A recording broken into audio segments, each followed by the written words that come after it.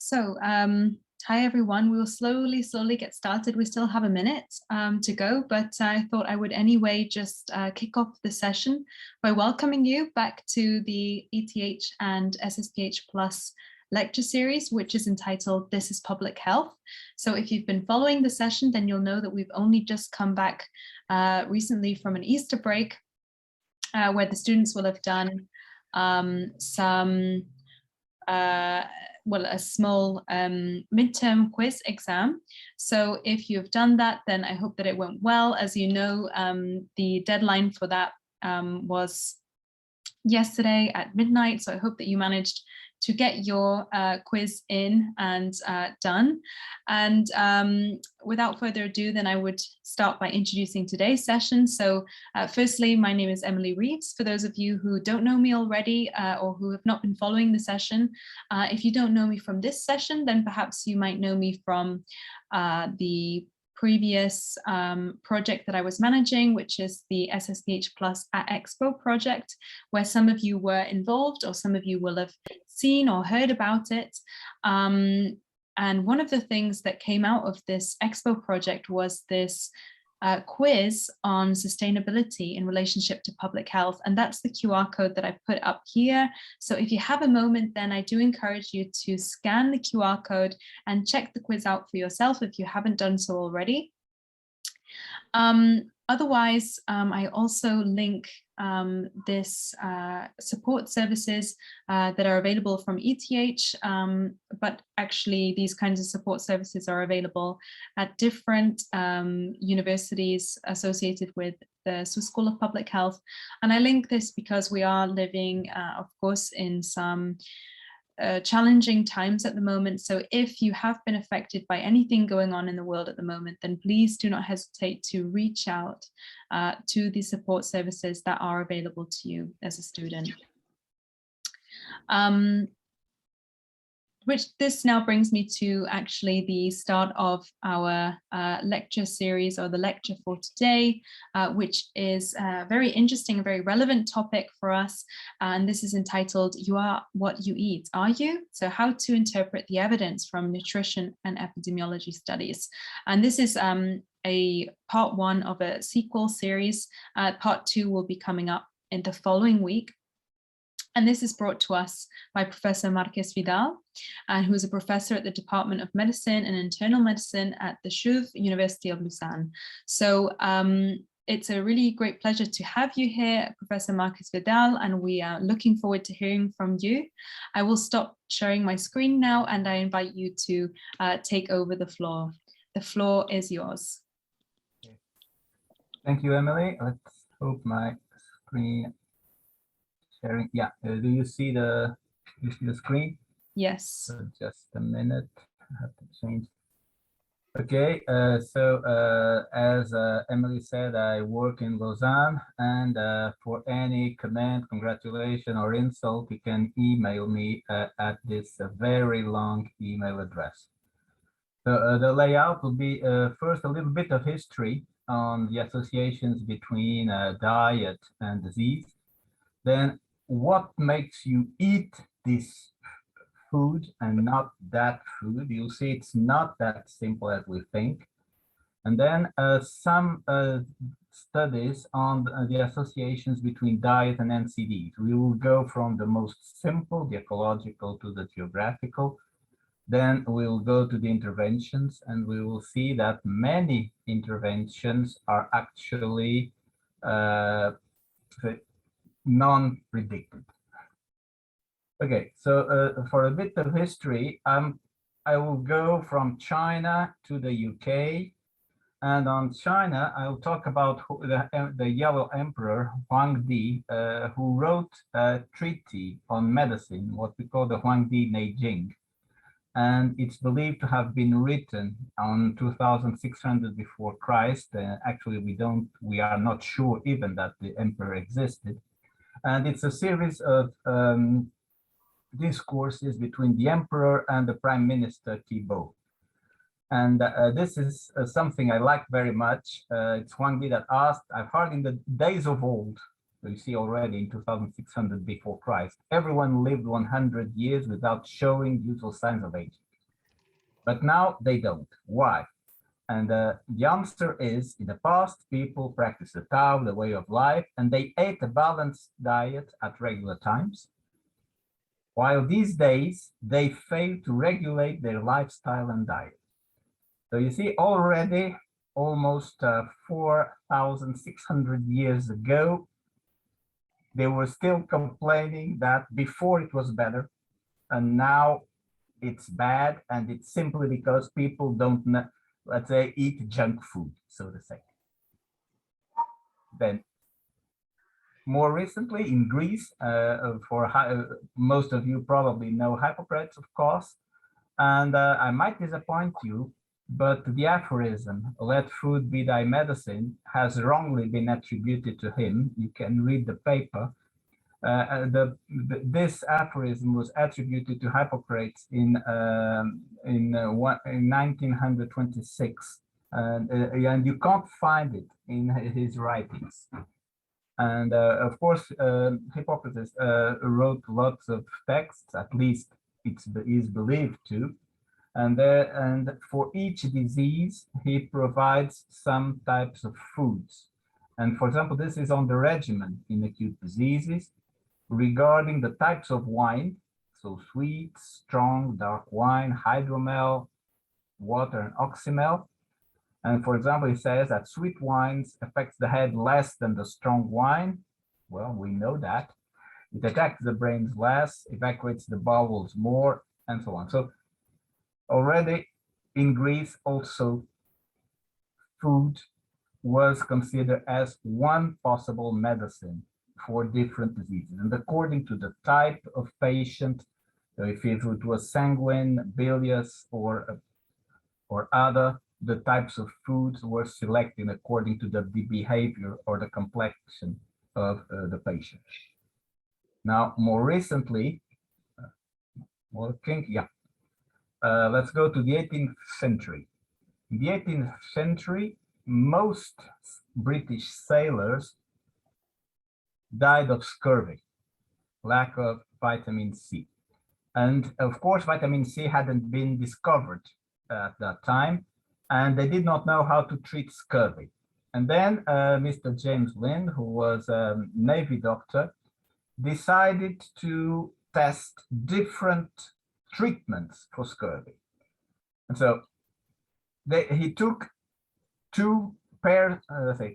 pairs of sailors with scurvy. So one pair was ordered to drink a quarter of cider. Two others had 25 guts of elixir de vitriol. Elixir de vitriol is sulfuric acid, 3 times a day upon an empty stomach. Then two others had vinegar 3 times a day upon an empty stomach. Two others had seawater. This was a very common treatment for sailors and actually very cheap. You just had to collect seawater, half a pint every day. And then had 2 oranges and 1 lemon per day. And then the last 2 had nutmeg, garlic, mustard, baume du Pérou, and gum. And the consequence was that the most sudden and visible good effects were perceived from the use of oranges and lemons. So he proved that among all the different medicines at the time to treat scurvy, oranges and lemons were the best.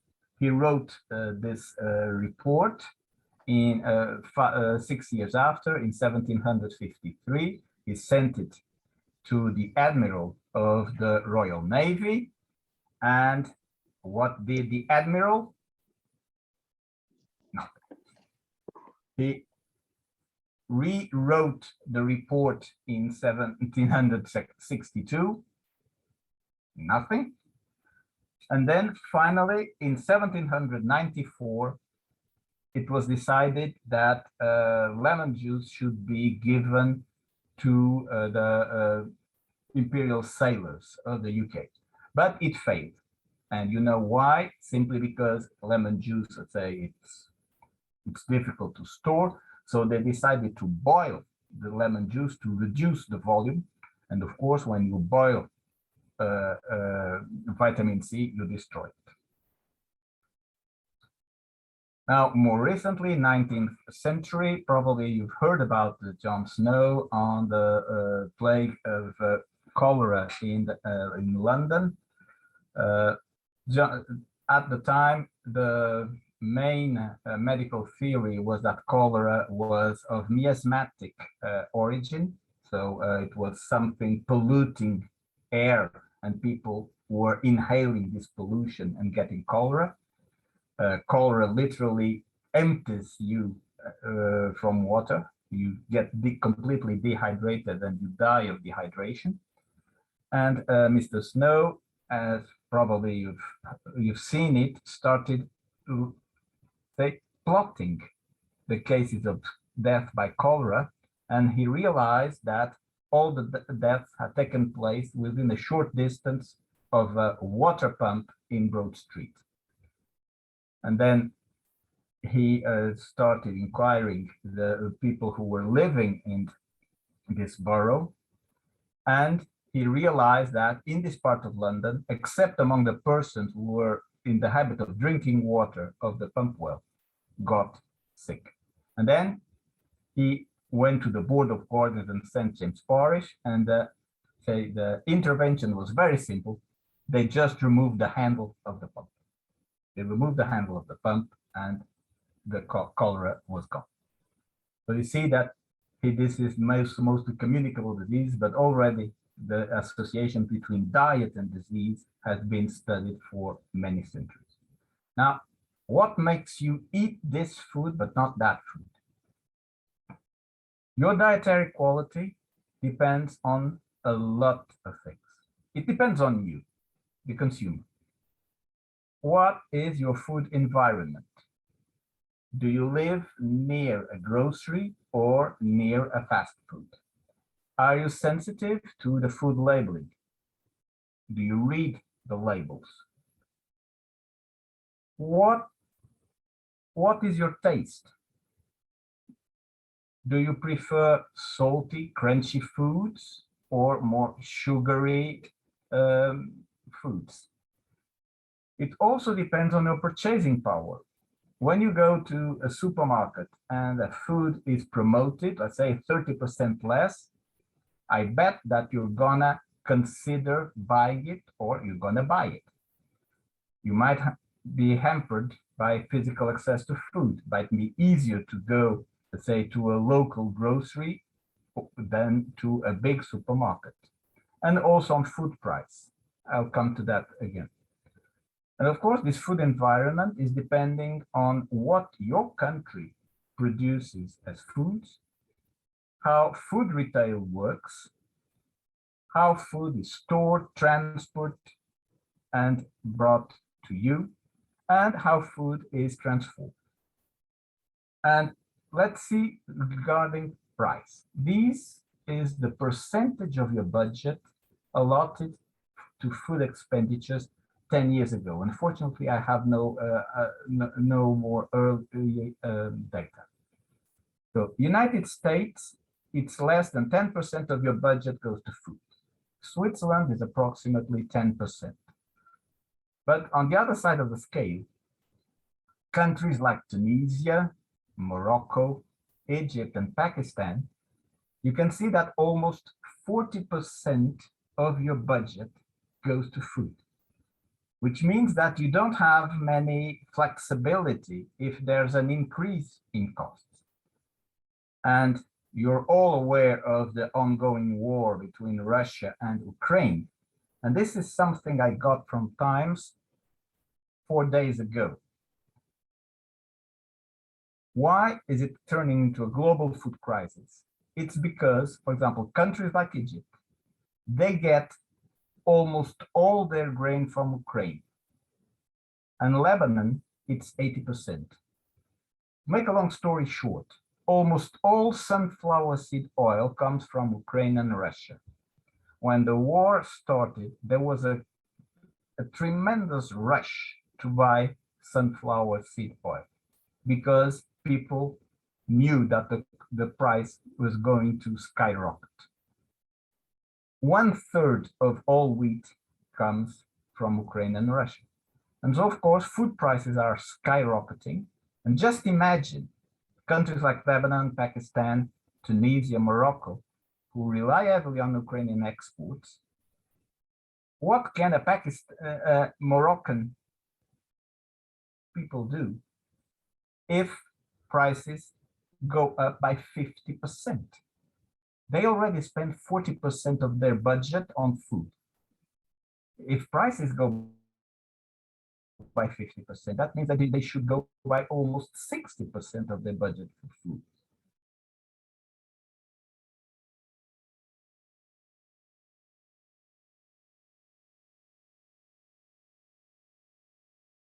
But people were asking themselves, why is obesity relatively low in Switzerland relative to other neighboring countries such as France, Germany, and Italy? And we looked at what we call caloric availability from 1960 to 2006.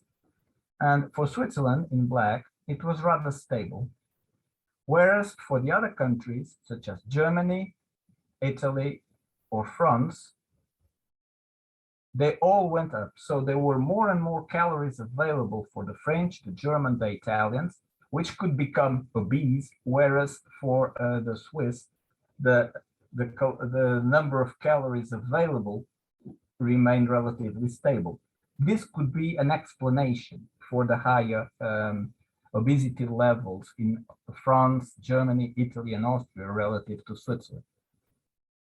Something we also looked at was changes in vegetable oil availability. So in the 60s, this is another, it's the same age range, but at a different scale. In the 60s, most vegetable oils in Switzerland were from groundnut and coconut oil.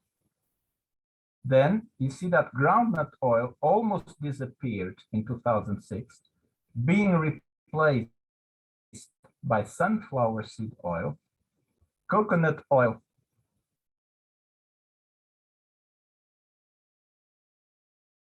virtually non-existent in the 60s, now represents a sizable percentage of the vegetable oil available in Switzerland. So you see that with time, the types of food available for consumption also change. And of course, this also has implications for disease.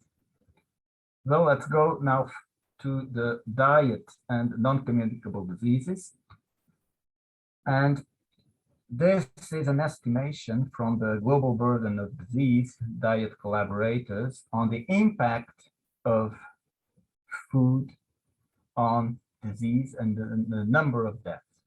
You can see here that diet high in sodium is responsible for over 3 million deaths worldwide, mostly from cardiovascular disease.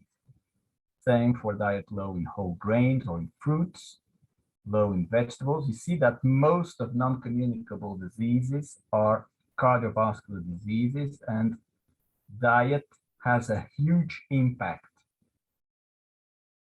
regarding mortality.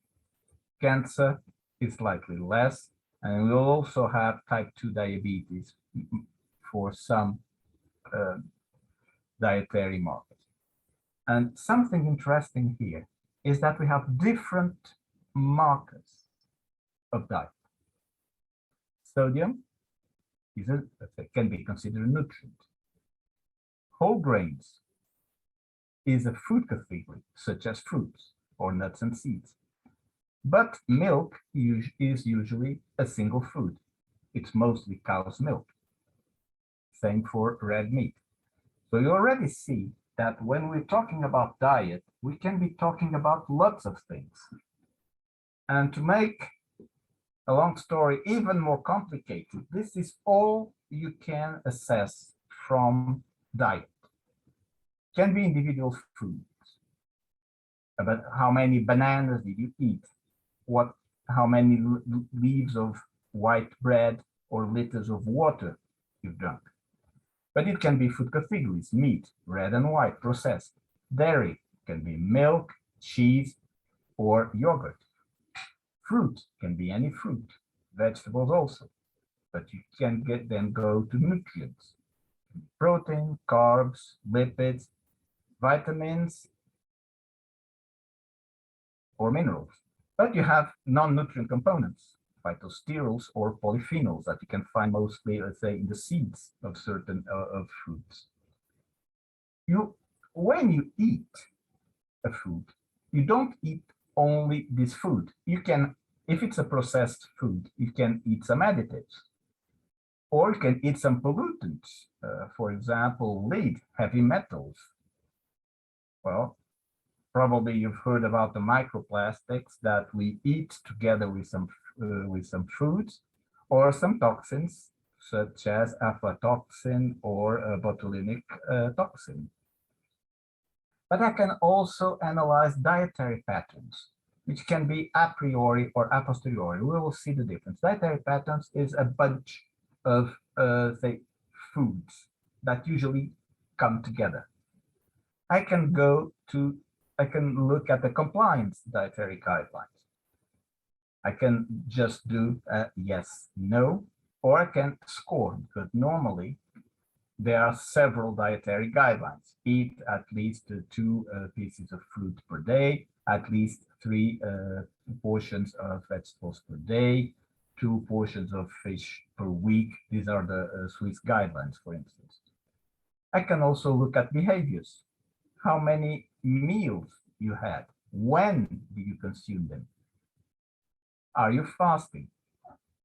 Fasting due to religious beliefs, such as the Ramadan, or fasting like the intermittent fasting, and then perhaps you're following a specific diet, a vegetarian, vegan, or a Paleolithic diet. So all this can be used to be associated with non-communicable disease, which makes, let's say, inferences quite complicated. So let's start by the ecological correlations, which is the simplest thing. You just take what we call food availability, and then a marker of disease. It can be mortality for different countries. Here you have a study between different markers of mood, anxiety, how is it called? It's impulse control and substance use disorder. So the authors here took, say, prevalence of those diseases in 17 countries and looked at availability of sugar and sweetened supply in kilograms per person per year. And the food balance sheets, you can go to the FAO database and download it for, let's say, the whole world for almost 50 years. It's very simple. It's the production of the country plus the imports minus the exports minus the waste and eventually what is used for animal consumption. And this gives you food availability. And of course, food availability is much higher than you actually consume because it does not take into account your home waste.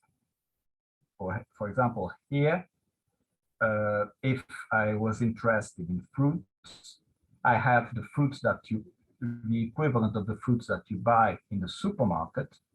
But let's say a banana, you're not going to eat 1 kilogram of banana, peels included. If I remove the peel, I'm removing approximately 1/4 of the weight. So in the food balance sheets, I don't consider the waste that you perform at home. And here it's clear you have an association, a positive association. So the more anxious the country is, the more sugar and sweetener is consumed. The more mood disorder is there, the more sugar and sweetener. Regarding the substance use disorder, the association does not seem so strong. So this might indicate some associations, but it's just an observation. And some years ago, we did something different, is what we call ecological temporal correlations. We only took Switzerland, but we looked at the consumption of foods during time and trends in mortality during time. Our hypothesis was that if consumption of fruits goes up, then perhaps diseases of the circulatory system will go down. And it's what we found. For example, for animal products, the more fish you consumed, so these are correlations, the less diseases of circulatory system and ischemic heart disease and stroke there was. We found no association with milk. There wasn't a positive association with animal fats. So the more animal fats you consume, the more disease of circulatory system, ischemic heart disease. And when we looked at vegetable products, there was a somehow astonishing association with sugar and sweeteners, with vegetable oils. We found a positive association with fruits. We still have to explain that, and a negative with vegetables. And then another possible association, and we are just doing what John Snow did almost 200 years ago, is due at the Geographic Associations. This is a study we've done in Geneva, and we published this 3 years ago. This is sugar-sweetened beverages consumption, and each dot is a person.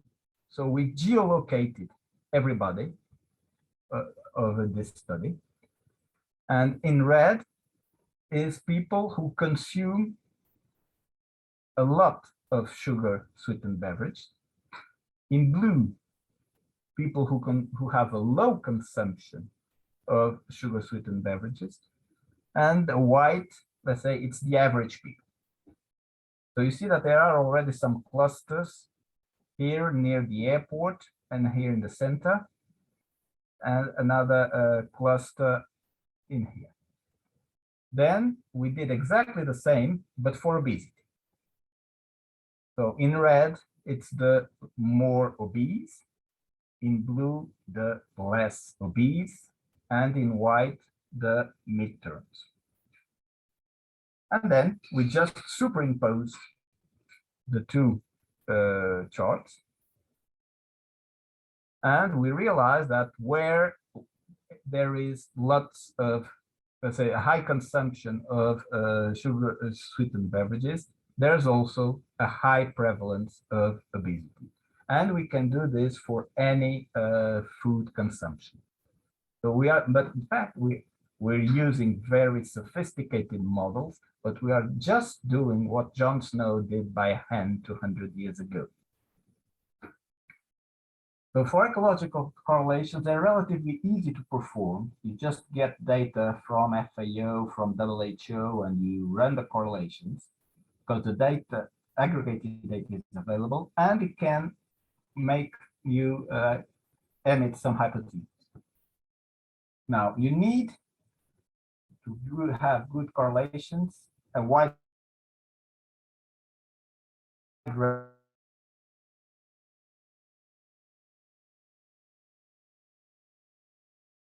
is not causation. It's not because it's correlated that they are related.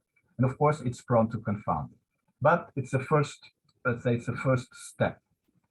The second step is the cross-sectional studies. And this is something we published last year regarding the associations between diet and types of depression. Here we looked at what we call dietary patterns. You can build two types of dietary patterns. The first ones, which are called hypothesis-oriented or a priori, are ranked, let's say, make a score depending on the types of food you eat. So for example, for the Mediterranean score, if you eat lots of fruits, you have 1 point. If you don't, you have 0. If you eat a lot of vegetables, you have another point. If you don't, you have a 0. If you eat fish, you have 1 point. If you don't, you have 0. And at the end, you get a score that goes from 0 to 7. But it's based on a priori. We consider that eating fish is good for health and that eating meat is bad for health. And then we have the naive or a posteriori dietary patterns, where you just take say you do food frequency questionnaire, you collect data on frequency of consumption of different foods, you throw that into a computer, and you ask it to reduce, let's say, all this matrix of data into patterns. So it's what we call the dimension reduction method. It can be a principal component analysis. That's what was done here. It can be a reduced rank regression or cluster analysis. And here, I'm going to show you two patterns, the Western and the Mediterranean. These are the scores or the levels of association that characterize this pattern. So the higher the value, the more associated this food is. And usually we take the values over 0.3. And what you see is that this Western pattern has French fries, sausage, salami, burger, pizza, beers, steak, croissant, roast chicken, fried fish, sweetened beverages, mayonnaise, cervera. So it's a very caloric diet. And the Mediterranean one has carrots, green beans, cauliflower, lean fish, kiwi, salmon, olive oil, shrimps, banana, peach, avocado. So you see that it's completely different from the first one. And then we looked at the associations between those dietary patterns and different types of depression. In fact, you have three types of depression. What we call the melancholic depression is the most common. It is the person who's, okay, as we say, it's depressed, is sad, is at home, does not move much, is slow thinking. But then we have another type of depression, which is called atypical. Actually, those people are depressed, but they're relatively active. They eat a lot, and they get fat. Normally, a melancholic depressive subject gets, let's say, eats less, but the current diagnosis is difficult.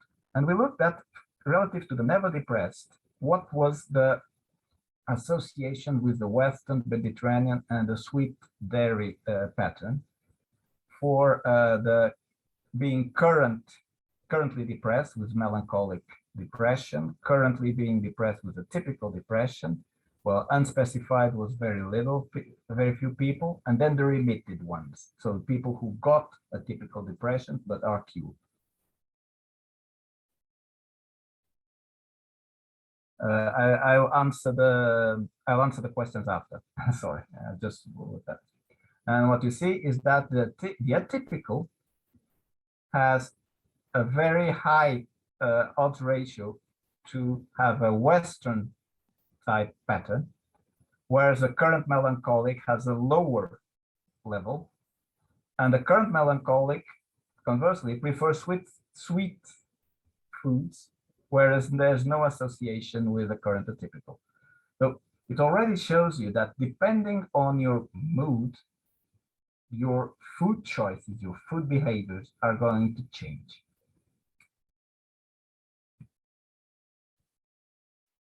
So for cross-sectional studies, it's mostly case control, some are just association.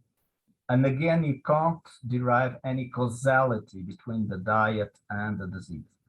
There's a considerable risk of bias when you assess dietary intake. First, because people usually tend to say what is social desirable. So we are doing a study on hunger and body weight. And a little bit to our dismay, obese people are never hungry. Their ratings of hunger are extremely low. There's also another ratio is, if I ask you, what did you eat before yesterday at dinner. I bet that most of you won't remember because eating is such a common thing that you just forget what you eat, unless it was really a feast. If before yesterday you had a big feast, then you might remember. But if you ate like everybody these days, you won't remember. Then also an issue of sampling.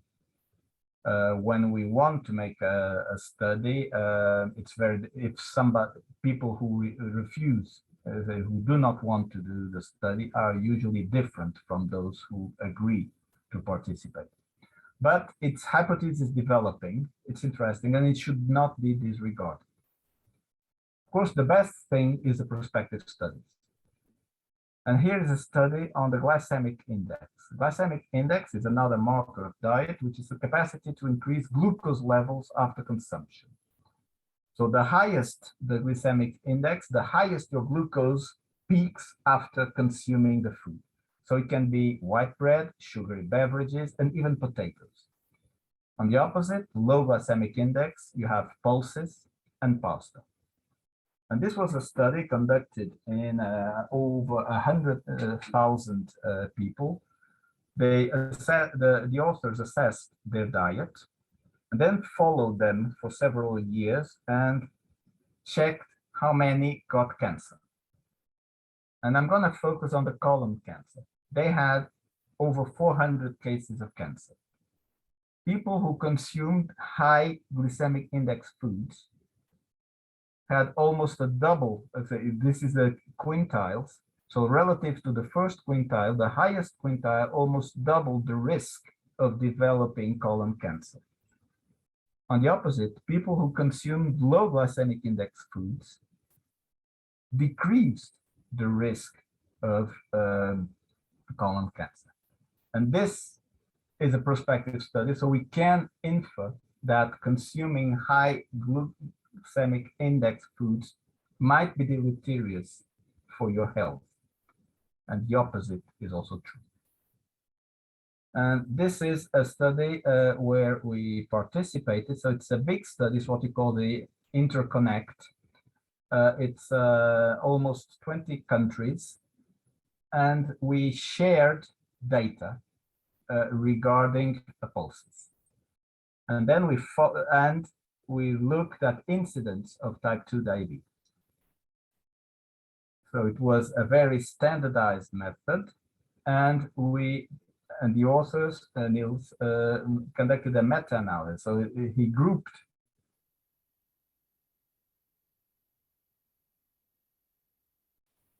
Americas, Eastern Europe, and Western Pacific, and he concluded that consumption of pulses tended to increase the risk of diabetes. We were somehow surprised by this result, but well, that's what we found. But you can also see that most associations were not significant. The associations are mostly driven by some studies, such as Interact France, and on the opposite by Whitehall. So on prospective studies, we can establish causality. We can also test multiple hypotheses. We can test pulses, but then next time we will test meat, and next time we'll test dairy foods. Of course, it's hard to conduct. Just imagine what it is to follow 6,000 people every 5 years. What do you need as resources to call those people, to have them fill the questionnaires, enter the data, and so on. To make a long story short, we are conducting a study which is called COLAUS here in Lausanne for 20 years now, and it costs approximately 1.3 million Swiss francs per year to conduct the study. Of course, it needs replication because dietary behaviors in Switzerland are not the same as in Iran or in Brazil. And well, 20 years of follow-up, you don't eat the same thing for 20 years. So we also have to take into account dietary change. but it's the main source of evidence to establish the dietary guidelines. And now the intervention studies. I must confess, randomized controlled trials regarding diet are very rare. Probably the most important one is Predimed, which was conducted in Spain. The authors compared a controlled low-fat diet to a Mediterranean diet plus nuts. So nuts were provided to the people and they had to eat a bag of nuts every day. And another group was randomized to a Mediterranean diet plus extra virgin olive oil, which was also provided to them. So they had 1 liter of olive oil that they had to consume at home. And they followed 7,500 people for 5 years. And this is the risk of developing cardiovascular disease. So you see that control diet, it's a low-fat diet. So it's not a normal diet, it's already low-fat. You have a small risk of developing the disease, but if you consume a Mediterranean diet complemented with extra virgin olive oil or nuts, the risk is even lower. You decrease by approximately 30% the the risk of developing cardiovascular disease. But this study is really interesting because the authors managed to maintain the diet of those 7,500 people constant for 5 years. It's not easy. This is another study. It was conducted in Portugal in the 80s. And it's different randomization. We do cluster randomization. Instead of randomizing people, the authors randomized 2 villages. In one village, it was business as usual. In the other village, they convinced the people to use less salt in when they were preparing food.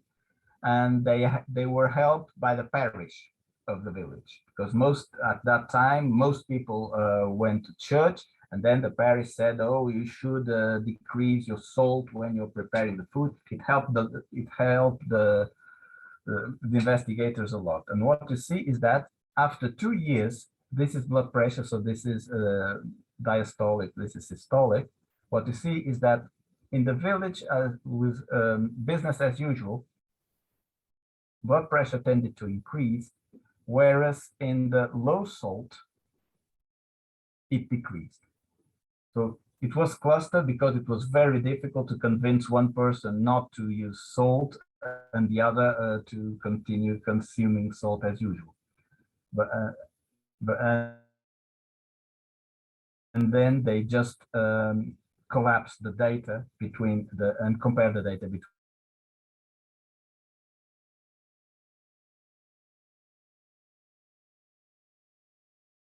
the two, divided one village to another.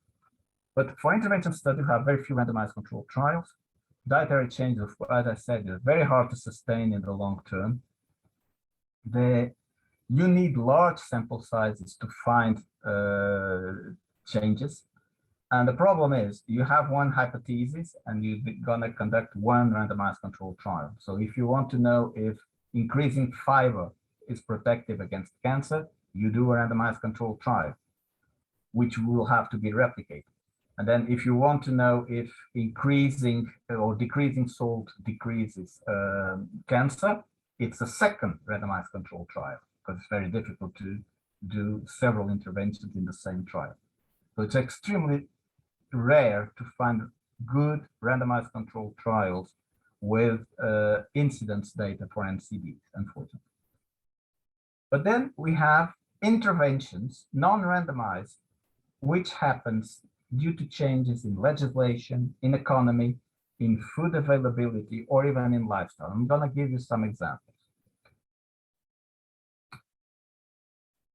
The first one is water chlorination in the USA. So before, there was the risk of typhoid fever due to water sewage. And then in approximately 1909, chlorination of tap water began, and you see the effect on typhoid fever. It virtually disappeared, but it also helped decreasing cholera, John Snow again, and hepatitis A cases. And this is something I like. It's Life magazine. Filtration of drinking water and chlorine is the most significant public health advancement of the millennium. No medicine can do this, but chlorination did. And we have an example in Switzerland. Iodination of salt.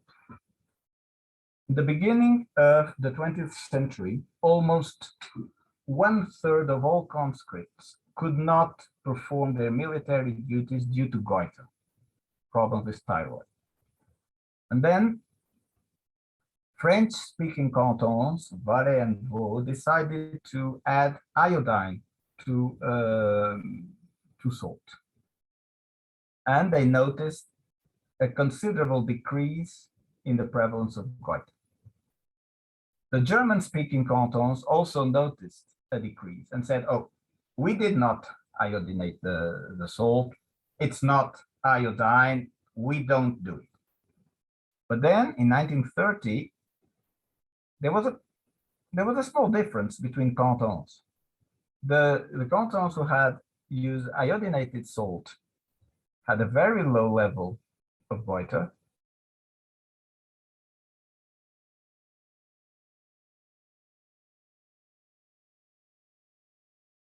With goiter. And then they decided, oh, after all, why not? Let's try.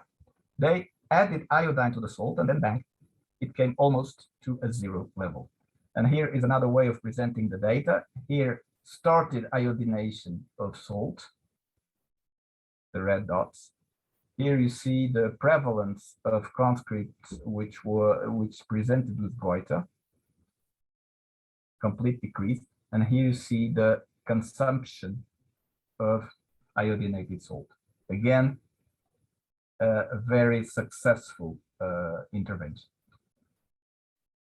Let's move to Finland on the North Karelia. North Karelia in the 70s was world champion in cardiovascular disease. Nobody could beat mortality in North Karelia. And it was strange because most people in North Karelia were woodcutters, so very strong people who exercised 8-10 hours a day cutting wood. But they were dying of cardiovascular disease. Something was wrong. And then the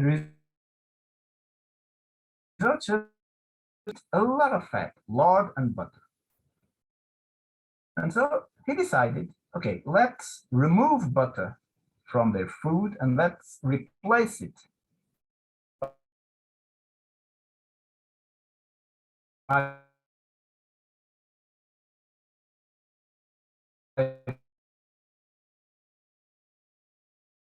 vegetable butter, and the consumption decreasing and vegetable oil is increasing. I must say that I was in Finland almost now 30 years ago, in 1992, and indeed, when I went to the hospital's restaurant, it was virtually impossible to find butter, but you had lots of olive oil, sunflower seed oil available. And what was the conclusion? Well, here is the mortality per 100,000, 700 per 100,000. That's amazing. They started, that's North Karelia. So it started decreasing up again, then decreasing. But Finland was also decreasing, but at a lower pace than North Karelia. Then Finland decided, okay, the project goes national. Everybody, low butter, high vegetable oil. And well, this is a matter of almost 30 years, but look at the trends. They decrease cardiovascular mortality by 80% in North Karelia and by 75% in Finland. Again, no pill can do that. And now, economic crisis in Cuba after the fall of the Soviet Union. Cuba was part of what we call the Comecon, a little bit like the EU, but for the Soviet Union. And the only food that Cuba produced a lot was sugar. Everything else came from Soviet Union. Soviet Union falls, economic crisis.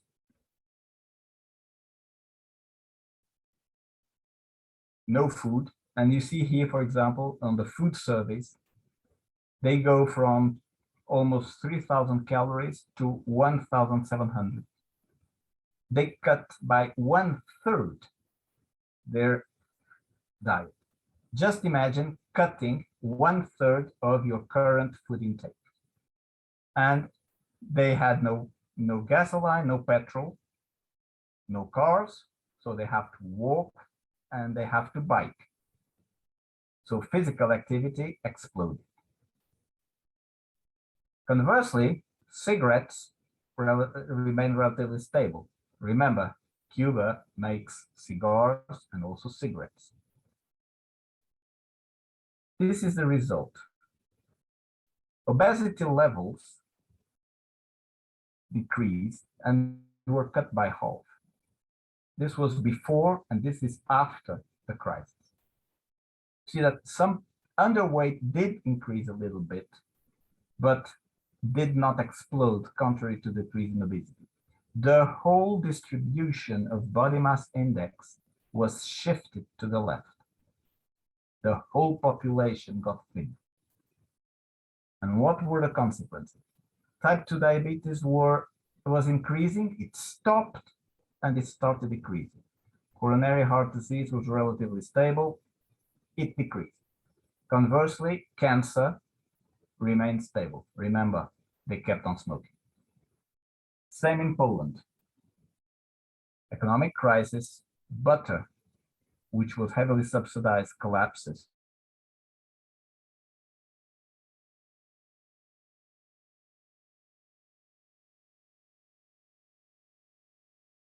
For 5 years, 20% decrease in cardiovascular mortality. This was a game changer. We thought that we would need years and years to decrease cardiovascular disease. No, in 5 years, 20%. No drug can do that. And the last one, Korea. This is the consumption of vegetables, consumption of fruit, and refrigerator only. And this is gastric cancer mortality. And when the authors associated, there were negative associations between gastric cancer mortality and fruit intake. That was expected, but also with fridge ownership. And do you know why? Because at that time, to preserve food, Koreans relied heavily on salt. And they consumed a lot of salt. With the freezers, I did not know that the average Korean household has 2 freezers. You don't need salt, so you change your dietary habits. So in summary, I hope I have convinced you that dietary intake is influenced by multiple factors, and it can be assessed via multiple markers. And that diet is the major determinant of NCD. If you want to curb NCD, go for diet. And the evidence is mostly from prospective studies and from very few randomized controlled trials, and because it's very complicated to do it in real.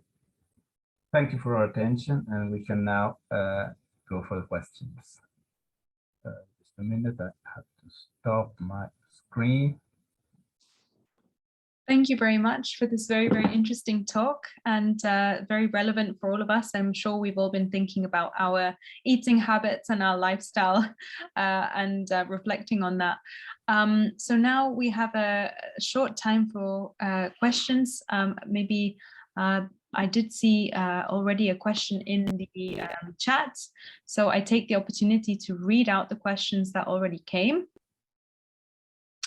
One of the questions that I see from Joelle Portman is, what's the reasoning behind classing avocado as Mediterranean?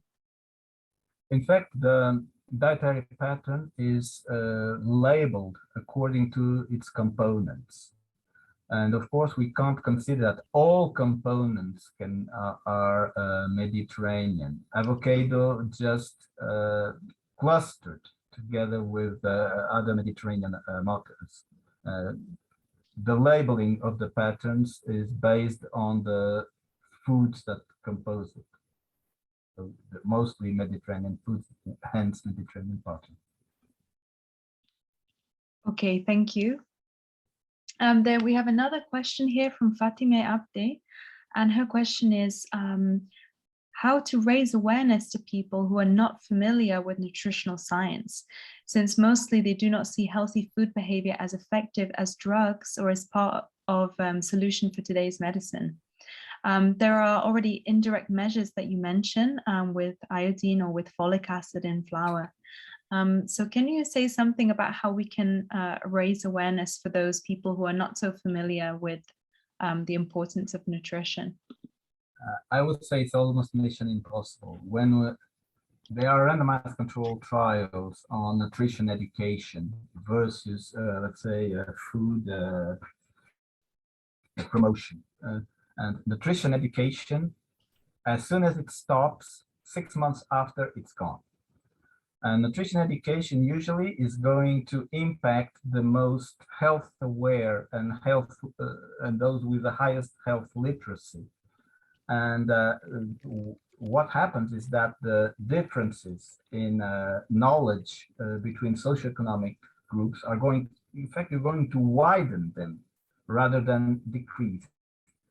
And we know that when you do an intervention such as taxing sugar-sweetened beverages, it actually decreases the socioeconomic gap, while education increases it. So let's say indirect interventions are way more effective. Thank you very much for that. I've asked people to unmute themselves if they have a question or write in the chat. So I take this opportunity to invite people to ask their questions. Oh, I see we already have one here. So the question is, how feasible you think it is going to be shifting current dietary patterns to plant-based diet as needed to be healthier and save the planet? Well, in the recent years, the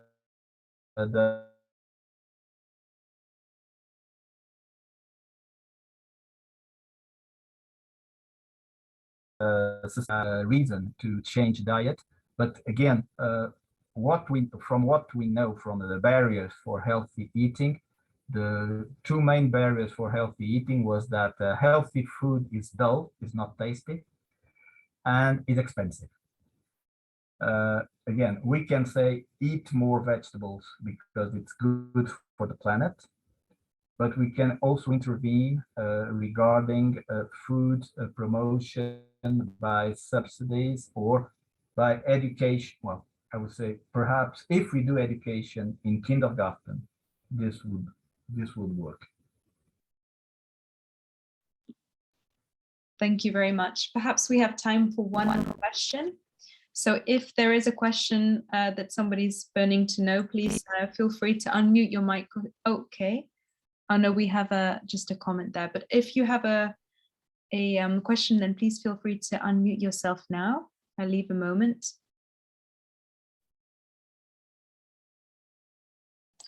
I may have a question, and it's about, as you mentioned in your experiment with the two cities, with one with the salt and with the, about the education. You mentioned that you involved a priest in it, like the church.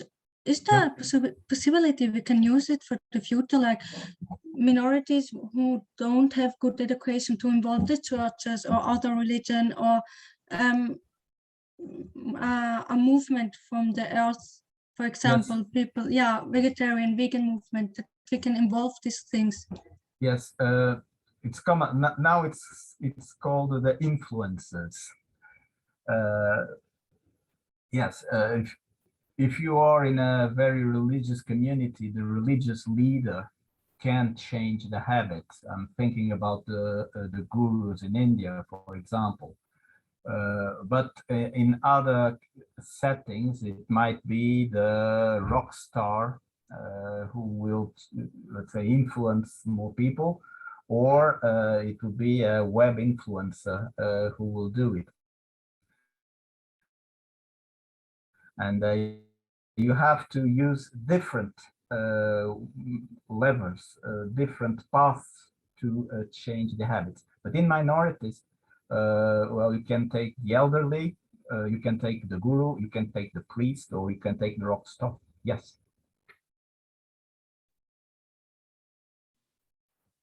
Well, thank you very much. Sadly, our time is coming to an end, but it's been fantastic to have your insights into this very, very relevant topic for all of us. And we were really pleased to be able to listen to your talk and to be able to ask the questions.